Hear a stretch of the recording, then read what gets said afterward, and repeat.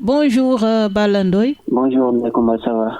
Ça va bien, merci. Balla Ndoye, vous êtes le chargé de la communication du collectif des élèves étudiants de l'enseignement technique. Récemment, vous avez organisé une manifestation, une marche pour réclamer de meilleures conditions d'études. Est-ce que vous pouvez revenir sur cette situation amplement, Balla Ndoye? Oui, nous avons organisé cette marche au lycée Moche de la Fosse en collaboration avec le lycée Imam Laye. Notamment, nous l'avons organisé à Kédougou, au lycée Mamagirassi, lycée technique Mamagirassi, et à El Tab de Diourbel.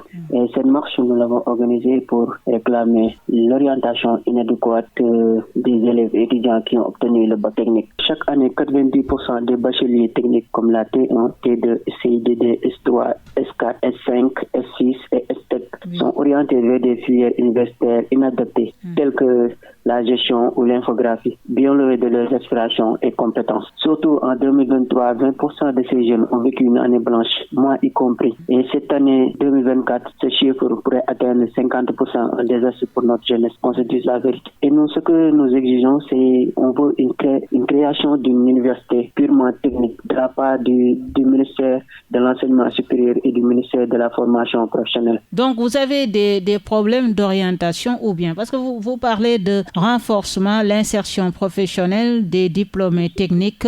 Qu'est-ce que vous voulez dire exactement par rapport à vos revendications? Vous revendiquez le renforcement, l'insertion professionnelle. Qu'est-ce que vous voulez dire par là? Pour parler de l'insertion professionnelle qui n'existe pas dans notre milieu, nos diplômés bien formés et compétents peinent à trouver un exemple ou un stage qui représente pourtant une richesse pour notre pays, un potentiel inexploité. C'est pourquoi nous exigeons des programmes concrets d'insertion professionnelle avec des stages rémunérés et des partenariats solides avec les entreprises. Nous voulons aussi la valorisation des diplômes techniques sur le marché du travail. Une orientation adaptée pour les bacheliers techniques, ça veut dire?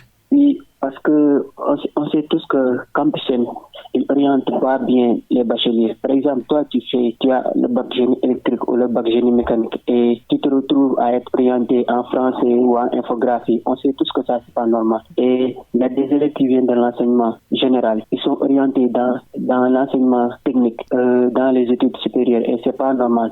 Qu'on se dise la vérité, tu peux pas faire génie électrique, génie mécanique, chimie, agroalimentaire et toi tu te retrouves à faire le français, tout ce que les élèves de l'enseignement général devaient faire.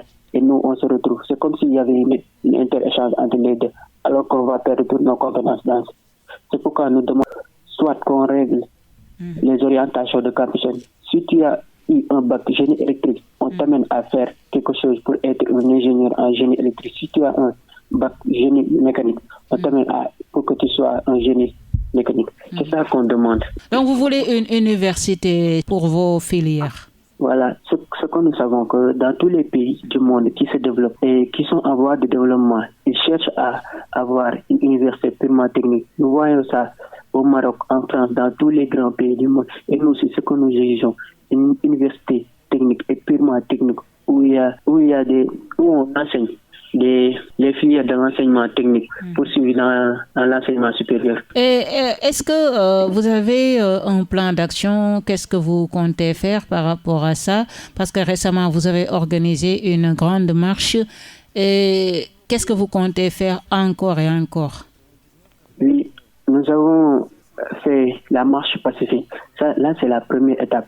Et la deuxième étape, si les autorités ne réagissent pas, nous allons organiser une pétition pour tous les bacheliers techniques et les élèves qui sont dans l'enseignement technique.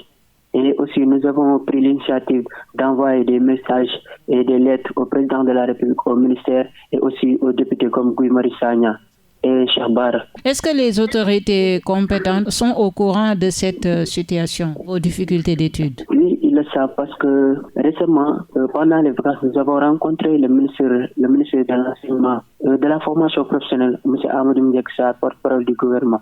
Et nous l'avons mis un compte rendu de tous les problèmes que rencontre la formation professionnelle et l'enseignement technique. Donc, il le sait très bien. Tout ce qu'il y a dans ce domaine, il le sait. Il nous a promis de prendre des solutions. Mais depuis, nous avons fait des démarches pour essayer de régler la solution des orientations. Mais c'est toujours bloqué au niveau des directions du ministère de l'enseignement professionnel et de l'enseignement supérieur. Comme ça, vous comptez bloquer l'année universitaire, l'année scolaire 2024-2025 ou bien? Oui, si ça ne marche pas, nous allons en discuter parce que, comme on dit, le collectif, c'est un bureau. On a un bureau. Il y a des gens qui sont là. Il faut en discuter pour savoir la démarche à attendre. Parce qu'on ne veut pas aussi bloquer l'année scolaire pour rien. Il faut qu'on agisse avec des plans d'action. S'ils ne réagissent pas, nous allons aussi essayer d'organiser d'autres marches et d'autres manifestations. Parce que le Sénégal, c'est pas seulement à Dakar ou seulement à Delafosse. Il y a le lycée Limamou Laye. Tout le monde est impliqué.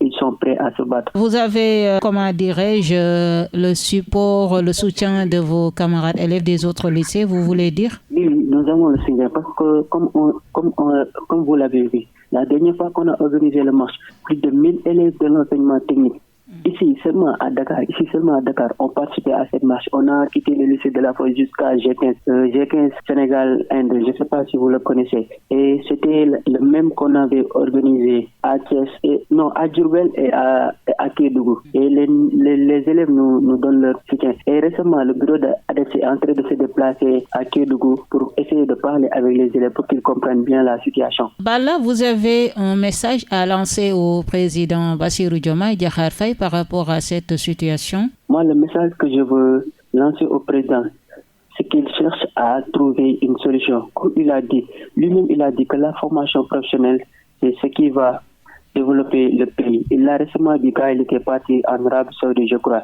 Oui. Et nous, ce que nous voulons, qu'il cherche à faire une orientation adéquate pour les élèves de l'enseignement technique. L'accès est inéquitable aux concours nationaux, les insertions professionnelles inexistantes et le manque cruel d'équipement dans les établissements techniques.